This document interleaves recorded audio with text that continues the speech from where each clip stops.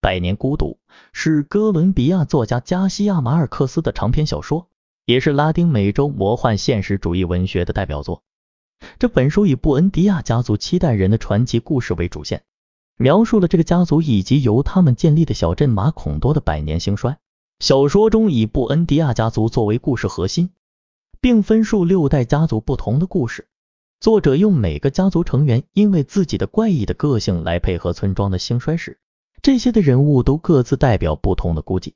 权力的孤寂，智慧的孤寂，善良的孤寂，战争的孤寂，爱的孤寂等等。而纵观马孔多小镇以及作为布恩迪亚的和家族百年6代的家族史，所象征的就是整个拉丁美洲近代历史的孤寂。书中的故事可以分为3个时期：开拓时期、发展时期和衰落时期。开拓时期，故事从布恩迪亚家族的祖先何塞阿尔卡迪奥·布恩迪亚和他的表妹乌尔苏拉离开家乡，带领一群人开拓新的土地开始。他们在一片荒芜的土地上建立了马孔多小镇，开始了一段充满奇遇和冒险的生活。何塞阿尔卡迪奥·布恩迪亚是一个好奇心强、热爱科学的人，他对世界的各种奇迹充满了探索的欲望，但也因此忽略了家庭和政治。他的儿子何塞阿尔卡迪奥2世继承了他的智慧，成为了一位杰出的政治家，但也因为参与了一场内战，导致了家族的分裂和悲剧。他的弟弟奥雷里亚诺则是一个沉默寡言、喜欢制造金鱼的人，他与他的妹妹雷梅迪奥斯相爱，生下了一个有猪尾巴的儿子，这是家族的一个诅咒的开始。发展时期，故事从何塞阿尔卡迪奥2世的儿子奥雷里亚诺·布恩迪亚和他的妻子费尔南达德尔卡皮奥的婚姻开始。他们的婚姻是一场政治联姻。费尔南达德尔卡皮奥是一个虔诚的天主教徒，他试图改变马孔多的风俗和家族的传统，但遭到了家族成员的反抗和排斥。他们的儿子奥雷里亚诺·塞古恩多是一个花花公子，他与他的妹妹马尔蒂亚·乌尔苏拉相爱，生下了一个没有眉毛的女儿，这是家族诅咒的延续。他们的另一个儿子何塞阿尔卡迪奥3世是一个有雄心的人，他成为了马孔多的市长，但也因为贪污和暴政引发了一场革命，最终被处决。他们的女儿阿玛兰塔是一个孤独的女人，她与她的侄子奥雷里亚诺·何塞相爱，但因为宗教的禁忌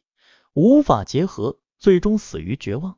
衰落时期，故事从奥雷里亚诺·何塞的儿子奥雷里亚诺·巴比伦的出生开始。他是一个有着绿色眼睛的男孩，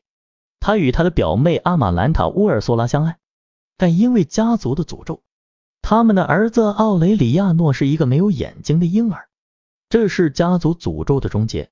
他们的父亲奥雷里亚诺·巴比伦是一个有着超凡技艺的人，他试图解开家族的秘密，但也因此陷入了孤独和疯狂。